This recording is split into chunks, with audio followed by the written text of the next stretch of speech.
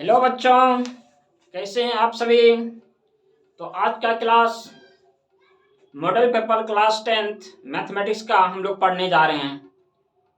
Model paper class 10th जो important है, इससे क्वेश्चन आने की संभावना ज़्यादा है, इसलिए हम लोग मॉडल पेपर कर रहे हैं क्लास 10th मैथमेटिक्स का, जो आप लोग का एग्ज़ाम 14 से है और पहला दिन मैथ ही होना है, इसलिए आप लोग इसका तैयारी करेंगे। तो हम लोग करते हैं, आज क्लास स्टार्ट करते हैं। शॉर्ट क्वेश्चन कर रहे हैं, जो 2 मार्क्स का प्रत्येक क्वेश्चन 2 मार्क्स का होगा। तो शॉर्ट क्वेश्चन आंसर करते हैं मैथ के लिए क्लास 10 का। तो पहला क्वेश्चन आज का देखते हैं हम लोग। पहला क्वेश्चन क्या है, कहता अभाज्य गुणनखंड द्वारा 126 126 और 156 156 का मौसो यानी एलसीएम तथा लॉसो एचसीएफ और एलसीएम क्या करना है, ज्ञात करना है। मौसो और लॉसो एचसीएफ और एलसीएम ज्ञात करना है। कौन से विधि द्वारा, अभाज्य गुणनखंड प्राइम फैक्टराइजेशन मेथड से। आप लोग जानते हैं प्राइम फैक्टराइजेशन मेथड से इसको ज्ञात करना है। तो आइए सॉल्यूशन देखते हैं। 126 का यदि फैक्टर करते हैं तो क्या हो जाएगा, तो 2, मान लीजिए इस तरह से कर लेते हैं रफ में, 126 का फैक्टर कर लेते हैं तो 2 से 6 हो जाएगा, ये 3 हो जाएगा, ये फिर 9 या 7 से कर लीजिए तो कितना हो जाएगा, 7 से करेंगे तो ये हो जाएगा, फिर 7 से कर देते हैं तो 7 9 और ये हो जाएगा 3 3। इस तरह से ये हो जाएगा 126 का। इसके बाद देखते हैं ये क्या हो जाएगा इस तरह से, तो ये हो जाएगा 3 इंटू 7 और फिर हम फैक्टर कर लेते हैं यहाँ पे देखिए 156 का, तो ये हो जाएगा 2 से 7 8 7 हो जाएगा और 8 हो जाएगा, फिर 2 से करते हैं तो यहाँ पे 3 हो जाएगा और यहाँ 9 हो जाएगा, और फिर किससे कर देते हैं, तो 3 से कर लेते हैं, 3 1 जा 3 3 3 जा 9, इस तरह से ये आ जाएगा।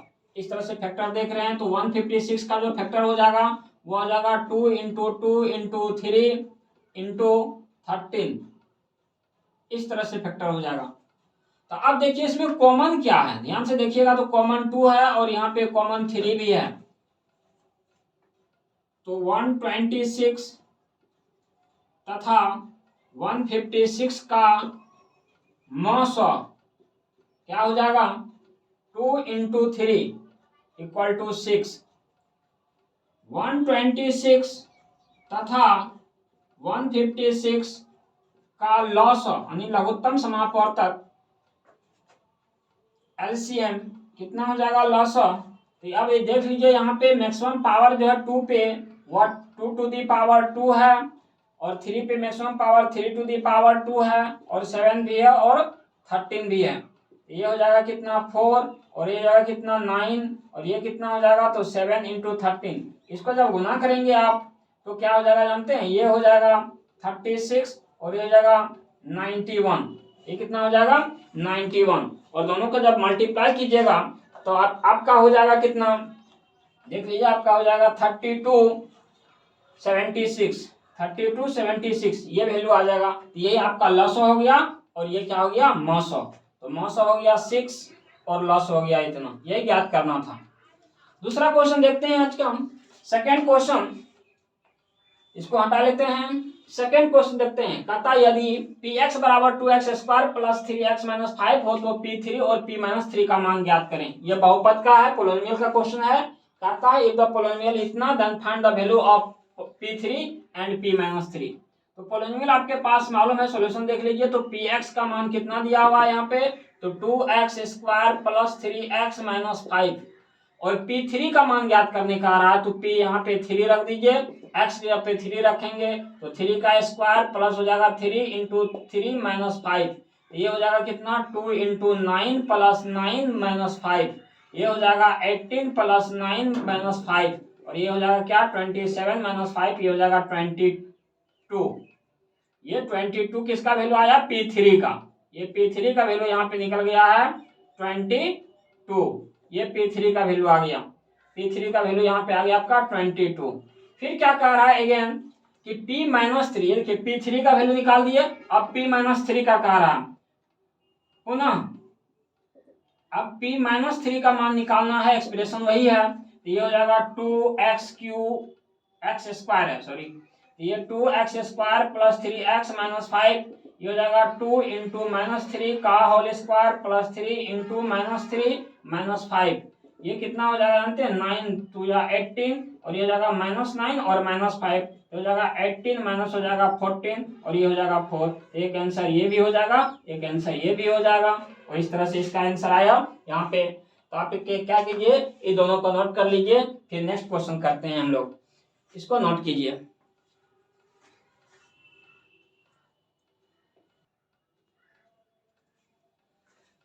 तो नेक्स्ट क्वेश्चन करते हैं।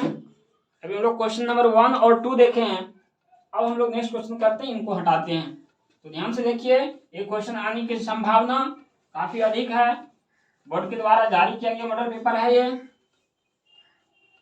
क्या कहता है क्वेश्चन नंबर 3, एक द्विघात बहुपद ज्ञात करें, यानी find the quadratic polynomial which zeros are the sum of and product of the zeros are from the root, जो है √2 and 1/3।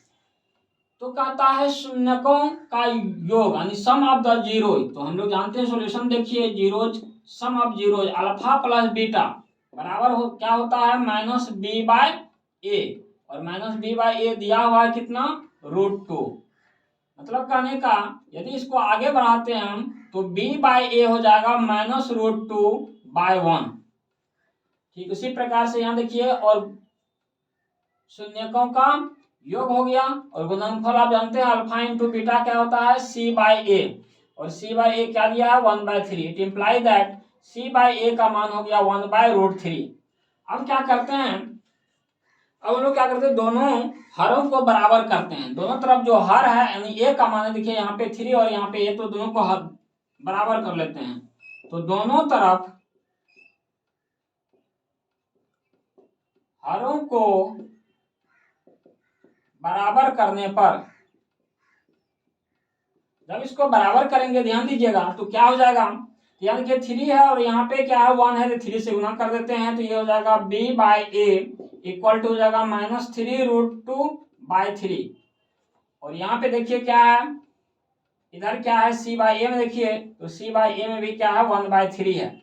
इसका मतलब ये हुआ कि a इक्वल टू 3 हो गया, b इक्वल टू क्या हो गया -3√2 हो गया, और c इक्वल टू 1 हो गया। और द्विघात बहुपद तो आप लोग जानते ही हैं, px बराबर क्या होता है, तो ax² plus bx plus c, ये तो द्विघात बहुपद होता है, आप सभी जानते हैं। तो px बराबर क्या हो जाएगा, a का मान है 3x², b का मान है माइनस कितना, तो यहाँ b का मान देख लीजिए, a का मान है, ये b का मान है, और यहाँ पे c का मान है, रख दीजिए आराम से। ये हो जाएगा 3√2x और ये हो जाएगा 1, ये कितना है 3√2x प्लस 1, यही हमारा क्या हो गया द्विघात समीकरण हो गया, द्विघात बहुपद। क्या कर रहा था, द्विघात बहुपद ज्ञात करने के लिए, तो ये हमारा क्या हो गया द्विघात बहुपद हो गया। इस तरह से इसका आंसर ये हो गया। अब आते हैं नेक्स्ट क्वेश्चन, क्वेश्चन नंबर 4 देखते हैं, ध्यान से देखिएगा। कहता है द्विघात समीकरण दिया हुआ है, क्या दिया हुआ है, द्विघात समीकरण दिया हुआ है। क्या द्विघात समीकरण 3√3x² प्लस 10x प्लस √3, ये द्विघात समीकरण दिया हुआ है, और इक्वल टू क्या है 0 भी यहाँ दिया हुआ है, ठीक है, इक्वल टू 0 यहाँ पे दिया हुआ है। तो क्या कह रहा है, द्विघात समीकरण इतना दिया हुआ है, कहता क्या है विवेचक, विवेचक डिस्क्रिमिनांट क्या ज्ञात करना है, डिस्क्रिमिनांट ज्ञात करना है हम लोगों को। तो सबसे पहले a बराबर क्या है 3√3, b बराबर क्या है 10, और c बराबर क्या है √3, और विवेचक कहता d का मान ज्ञात करना। तो d बराबर क्या होता है, आप सभी जानते हैं b² माइनस 4ac, ये d का फॉर्मूला होता है, जिसको विवेचक कहते हैं हम लोग, डिस्क्रिमिनांट। तो b का मान यहाँ पे हो गया 10 का स्क्वायर माइनस 4, a का मान है 3√3 इंटू √3। इसको जब सॉल्व करेंगे तो ये हो जाएगा 100, और ये हो जाएगा क्या 4 इंटू क्या हो जाएगा 339, ये हो जाएगा क्या 100 माइनस 36, और ये हो जाएगा 64, यही हमारा आंसर हो जाएगा। यही विवेचक हो गया, यही विवेचक हो गया, व्युत्कर हो गया, इंग्लिश में उसको डिस्क्रिमिनांट कहते हैं, डिस्क्रिमिनांट को डी से नोट करते हैं, तो डी का वैल्यू हो गया, यही विवेचक ज्ञात करना था। तो आपका ये शॉर्ट क्वेश्चन चल रहा है, अच्छी तरह से देखिए, इसको नोट कर लीजिए, फिर नेक्स्ट क्वेश्चन करते हैं।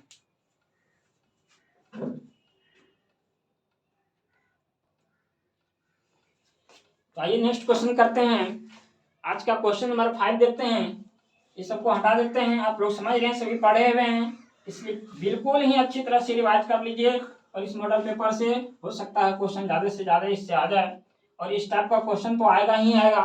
देखिए नेक्स्ट क्वेश्चन 5 नंबर क्या कहता है, दिखाइए कि x equal to -3 x square plus 6x plus 9 का एक हल है। मतलब x इक्वल टू -3 इस समीकरण का हल है। तो समीकरण है क्या उसको देख लीजिए। सोल्यूशन देखिए ध्यान से।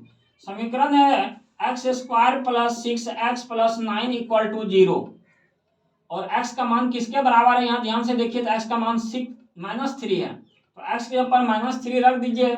अब क्या आता है देखते हैं। तो ये हो जाएगा -3 का होल स्क्वायर, ये हो जाएगा 6 इंटू -3 प्लस 9 इक्वल टू 0 है यहाँ पे। तो इसको रख के देखते हैं तो क्या हो जाएगा, ये हो जाएगा 9 -18 प्लस 9। तो क्या हो गया ये 18 -18 इक्वल टू 0 यानी 0 बराबर 0। मतलब कि इसका वैल्यू जब रखेंगे एलएचएस से इस बहुपद में तो वह 0 आ जाना चाहिए। तो ये 0 ऑलरेडी आ गया है, ठीक है। इसको आप नहीं भी लिख सकते हैं, इतना इक्वल टू 0 है। आप एलएचएस से लेके चलिए, इसको पूरा शो करना है, दिखाना है। तो एलएचएस से लेके चलेंगे इस बहुपद में और हमने क्या दिखा दिया यहाँ पे, तो इसका मान क्या हो गया 0 आ गया। इसका मान 0 आ गया और यहाँ भी क्या है 0 लाना था, तो 0 आ गया। इसका मतलब क्या हुआ कि इस समीकरण का ये x इक्वल टू -3 जो है, x इक्वल टू -3, ये समीकरण x square plus 6x plus 9 equal to 0 का एक हल है। एक हल है, हो गया। दूसरा क्वेश्चन देखते हैं। क्वेश्चन नंबर नेक्स्ट देखिए ध्यान से। द्विघात समीकरण इतना के मूलों की प्रकृति ज्ञात कीजिए। मूलों की प्रकृति, द्विघात समीकरण आपके पास दिया हुआ है, पूछ रहा है मूलों की प्रकृति ज्ञात कीजिए। 2x square minus 6x plus 3 equal to 0। मूलों की प्रकृति जानने के लिए हम लोग को मालूम है कि हम लोग क्या निकालते हैं, डी निकालते हैं, डिस्क्रिमिनांट निकालते हैं। और डिस्क्रिमिनांट इक्वल टू होता है क्या, पहले a इक्वल टू लिख लीजिए, यहाँ पे 2 है, b इक्वल टू -6 है और c इक्वल टू 3 है। और d का मान निकालते हैं तो d इक्वल टू होता क्या है, b स्क्वायर -4ac। इसको निकाल के देखते हैं कि इसका वैल्यू क्या आता है d का। ये हो जाएगा -6 का स्क्वायर, यहाँ पे माइनस है, ध्यान से देखिए, यहाँ पे क्या है माइनस है, तो -4, a का मान है 2 और c का मान है 3। ये हो जाएगा 36 -4 ना 8 या 24, आ कितना गया आपके पास 12। ये ग्रेटर देन 0 है, ये 0 से बड़ा है, ग्रेटर देन 0 है, इसलिए हम कह सकते हैं कि इसका मूल जो होगा, मूल क्या होगा, वास्तविक यानी रियल एंड अनइक्वल। मूल वास्तविक तथा असमान होगा, असमान होगा, ठीक। यानी मूल क्या होगा, रूट्स क्या होगा, जीरोज क्या होगा, रियल होगा और अनइक्वल होगा। रियल और अनइक्वल होगा क्योंकि ये डी ग्रेटर देन 0 आया। डी यदि इक्वल टू 0 होता तो क्या होता, मूल वास्तविक और समान होता। यदि लेस देन 0 आता तो क्या होता, इमेजिनरी होता, काल्पनिक होता।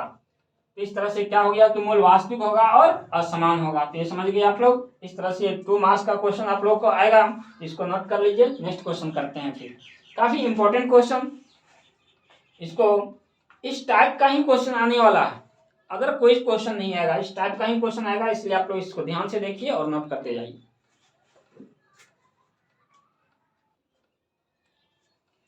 आइए नेक्स्ट क्वेश्चन करते हैं, क्वेश्चन नंबर 7। इस सबको हटाते हैं, क्वेश्चन नंबर 7 देखते हैं।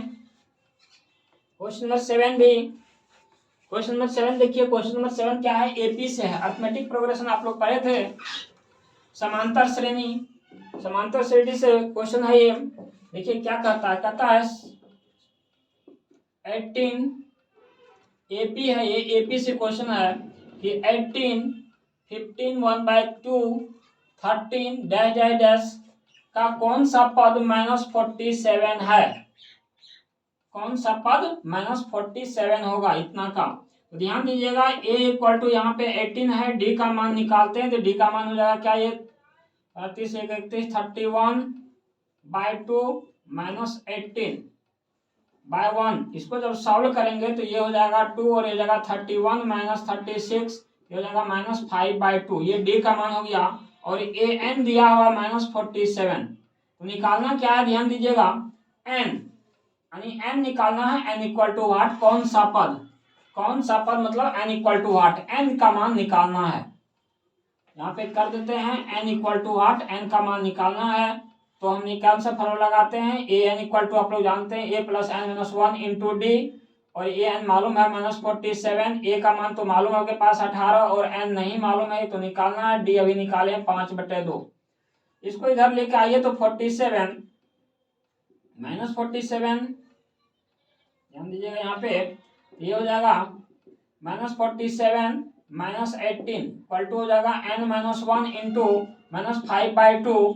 इसको जो आगे बढ़ाएंगे तो हो जाएगा 15 ये हो जाएगा 65 और इक्वल टू हो जाएगा क्या n-1 इंटू -5/2। इसको जब सॉल्व करेंगे ध्यान से देखिएगा तो ये क्या होगा, ये 2 इधर डिवाइड में है तो उधर जाके मल्टीप्लाई में हो जाएगा, -5 मल्टीप्लाई में इधर जाके डिवाइड में हो जाएगा, तो ये हो जाएगा -65 इंटू 2 अब बाई में हो जाएगा -5 इक्वल टू हो जाएगा n-1, ये n-1 हो जाएगा। यहाँ पे n-1 रह जाएगा और ये माइनस से माइनस कैंसिल कर लीजिए और ये से 13, तो ये हो जाएगा कितना 26 n-1 हो जाएगा, तो 26 प्लस 1 इक्वल टू n हो जाएगा, इसलिए n इक्वल टू कितना हो जाएगा 27। कौन सा पद कहता है कि कौन सा पद इसका कौन सा पद -47 होगा, तो 27, n का मान आपका हो जाएगा कितना 27, इसका आंसर ये हो जाएगा इस तरह से। नेक्स्ट क्वेश्चन देखते हैं, ये एपी का क्वेश्चन था, कौन सा पद n का मान निकालना था, तो n का मान आपके पास कितना आ गया, n का मान 27 आ गया, 27 27वां पद जो है -47 आएगा। नेक्स्ट क्वेश्चन देखिए ध्यान से, k का मान ज्ञात करें जिसके लिए समीकरण इतना का मूल वास्तविक है, मूल वास्तविक है ये कह रहा है, तो मूल वास्तविक है निकालना क्या है k का मान। ध्यान से देखिएगा क्वेश्चन क्या कह रहा है, k का मान यानी k का value k equal to what, क्या k का मान क्या होगा, मूल वास्तविक है, मूल वास्तविक है तो d greater than equal to 0 हो सकता है, d का मान 0 से बड़ा होगा या 0 के बराबर होगा, तो हम दोनों लेके चलते हैं। और इसके बाद देख रहे हैं इस समीकरण को, तो समीकरण पहले लिख लेते हैं, ये समीकरण है 2x square minus 10x plus k equal to 0, ये समीकरण है। यहाँ पे a का वैल्यू आपके पास 2 है और b का वैल्यू -10 है, c का वैल्यू क्या है k है, और d क्या लेके चलेंगे ग्रेटर देन इक्वल टू 0, क्योंकि मूल वास्तविक का रहा रियल, रूट से रियल है तो रियल है तो डी ग्रेटर इक्वल टू 0 होगा, और यहाँ पे B square -4ac greater than equal to 0, B का मान रखिए तो -10 का होल स्क्वायर -4 इंटू ए का मान 2 है और सी का मान k है, तो ग्रेटर इक्वल टू 0 ही रह जाएगा। ये 100 माइनस कितना हो जाएगा 8k ग्रेटर इक्वल टू 0। इसको जब आगे सॉल्व करेंगे तो ये हो जाएगा माइनस हट जाएगा, तो ये लेस देन इक्वल टू इधर जाके 100 हो जाएगा और चेंज कर जाएगा चिन्ह, और ये हो जाएगा 100 बाय कितना हो जाएगा 8, इसको कैंसिल कर लीजिए तो ये 4 से कैंसिल हो जाएगा, ये हो जाएगा कितना 25/2। के का मान क्या हो गया लेस देन इक्वल टू 25/2। इस मान पे क्या होगा मूल वास्तविक देगा, रियल वैल्यू होगा, तो के का मान क्या हो गया आपके पास, ध्यान से देख लीजिए, तो के का मान आपके पास हो गया लेस देन इक्वल टू 25/2, ये के का मान होगा।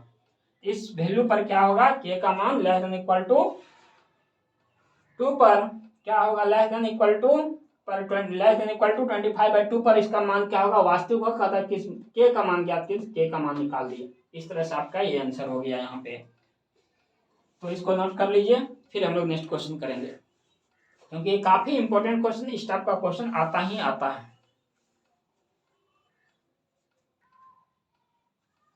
तो आइए हम लोग नेक्स्ट क्वेश्चन करते हैं। क्वेश्चन नंबर हम लोग कितना देखे थे 8 नंबर, अब 9 नंबर करते हैं, क्वेश्चन नंबर 9 ये सब को हटाते हैं, क्वेश्चन नंबर 9 देख लेते हैं। क्वेश्चन नंबर 9 क्या कहता है, काफी इंपॉर्टेंट, जो कि बोर्ड के द्वारा मॉडल सेट है ये। क्वेश्चन नंबर 9 समांतर श्रेणी, एपी का ही क्वेश्चन है, ये भी आप लोग जानते हैं अर्थमेटिक प्रोग्रेशन, समांतर श्रेणी 25 प्लस 28 प्लस 31 डैश कहाँ तक है 100 तक, कहता है इसका योगफल ज्ञात कीजिए। तो ध्यान दीजिएगा इसमें a इक्वल टू 25 है और d इक्वल टू जब निकालेंगे तो 28 माइनस 25 हो जाएगा, तो d का मान 3 आ जाएगा, और a n यानी लास्ट टर्म कितना है 100 है। सबसे पहले हम लोग को क्या निकालना है इसमें, तो सबसे पहले हम लोग को n का मान निकालना है, n नहीं मालूम है तो सबसे पहले n निकाल लेंगे और n निकालने के बाद हम लोग Sn निकालेंगे, एन भी निकालना है, एस एन भी निकालना है। तो एन कैसे निकालते हैं, तो ए एन इक्वल टू जानते हैं a plus N minus 1 into D, और एन का मान क्या है, यहाँ पे 100 है, और ए का मान कितना है 25 है, एन का मान नहीं मालूम है, और डी का मान तो अभी निकाले हैं 3। ये देखिए ये कितना हो जाएगा, तो 100 माइनस 25 इक्वल टू हो जाएगा एन माइनस 1 इंटू 3। तो ये कितना हो जाएगा, ये हो जाएगा 25 माइनस करेंगे तो ये 75 हो जाएगा, और 3 से डिवाइड कर लीजिए तो ये एन माइनस 1 हो जाएगा। 3 से जब इसको डिवाइड करेंगे तो ये 25 हो जाएगा, और ये हो जाएगा एन माइनस 1। तो एन इक्वल टू क्या हो जाएगा, तो 25 plus 1 equal to N, that means N equal to क्या हो गया 26। एन का मान 26 आ गया यहाँ पे। और एन जब 26 आ गया, ध्यान दीजिएगा, एन जब 26 आ गया तो हमें एस एन निकालना है। शॉर्ट फॉर्मूला लगाते हैं एस एन के लिए, तो कितना हो जाएगा N by 2 A plus A N. ये कितना है 26/2 इंटू ए कितना है 25, ए एन कितना है 100। ये हो जाएगा 13 इंटू कितना हो जाएगा 125। ये दोनों को जब गुना करेंगे आप तो ये कितना हो जाएगा, ये हो जाएगा 625, ये हो जाएगा 1625 यानी 1625। ये आपका आंसर ये हो जाएगा इसका। हमने ऐसा निकालने का रहा था, क्या कर रहा था, इतना का योगफल ज्ञात कीजिए। तो हमने क्या किया, ऐसा निकाल दिए, एस कितना, तो एस 26 क्योंकि एन का मान 26 है, तो ये हमारा एस 26 का मान हो गया, यही निकालने का रहा था। तो यहाँ पर इसका आंसर इस तरह से लिख सकते हैं। नेक्स्ट क्वेश्चन आते हैं 10 नंबर, क्वेश्चन नंबर 10 देखिए ध्यान से। कहता के किन मानों के लिए निम्न रेखीय समीकरणों का युग्म का कोई हल नहीं है। ये समीकरण युग्म दिया हुआ है, कहता के किन मानों के लिए कोई हल नहीं है। तो सबसे पहले इसका सॉल्यूशन देखते हैं इस तरह से कि समीकरण दिया है 3x, तो देखिए a1 का मान है यहाँ पे 3, b1 का मान है 1 और c1 का मान है 1, a2 का मान है यहाँ पे 2k माइनस 1, b2 का मान है यहाँ पे k माइनस 1 है, ध्यान दीजिएगा यहाँ पे k माइनस 1, और क्या है तो c2 का मान है कितना 2k प्लस 1, और कोई हल नहीं। क्या कह रहा है, युग्म का कोई हल नहीं, नो एनी सॉल्यूशन। तो नो एनी सॉल्यूशन के लिए कंडीशन आप लोग जानते हैं सभी, a1/a2 इक्वल टू b1/b2 और नॉट इक्वल टू c1/c2। ये तो कंडीशंस है जिस पर कि कोई हल नहीं होता, नो एनी सॉल्यूशन होता है। Linear equation, pair of linear equation में तो अब मान रख दीजिए सही से, तो ये हो जाएगा 3 बाय कितना 2k माइनस 1, ये हो जाएगा क्या 1/k माइनस 1। इसको सॉल्व करते हैं, k का मान निकल जाएगा यहाँ से, तो ये हो जाएगा 3 into k minus 1 equal to हो जाएगा 2k माइनस 1। इसको जब सॉल्व करेंगे तो 3k माइनस 3 इक्वल टू हो जाएगा 2k माइनस 1। इसको जब सॉल्व करेंगे तो 3k माइनस 2k हो जाएगा माइनस 1 प्लस 3, ये हो जाएगा क्या k इक्वल टू हो जाएगा आपके पास 2, यानी k इक्वल टू 2 पर इस समीकरण का कोई हल नहीं होगा। तो k का कितना मान आ गया, ध्यान दीजिएगा k का मान आपके पास 2 आया है, ये आंसर हो जाएगा। पूछ रहा था k के किन मानों के लिए, k का मान ये हो गया। इस तरह से आपने देखे कि अच्छे क्वेश्चन हैं और क्वेश्चन बताएंगे। तो आज के लिए इतना ही, फिर हम लोग आगे इससे क्वेश्चन अभी 10 तक बताएं, देख लीजिए अभी 10 तक बताए हैं, आगे बहुत ही इंपॉर्टेंट क्वेश्चन आने वाला है, तो सभी का सभी हम लोग देखेंगे सॉल्यूशन। आप लोग बने रहिए, क्लास में बने रहिए, और फिर हम लोग नेक्स्ट क्लास में आगे क्वेश्चन करेंगे। तब तक के लिए धन्यवाद।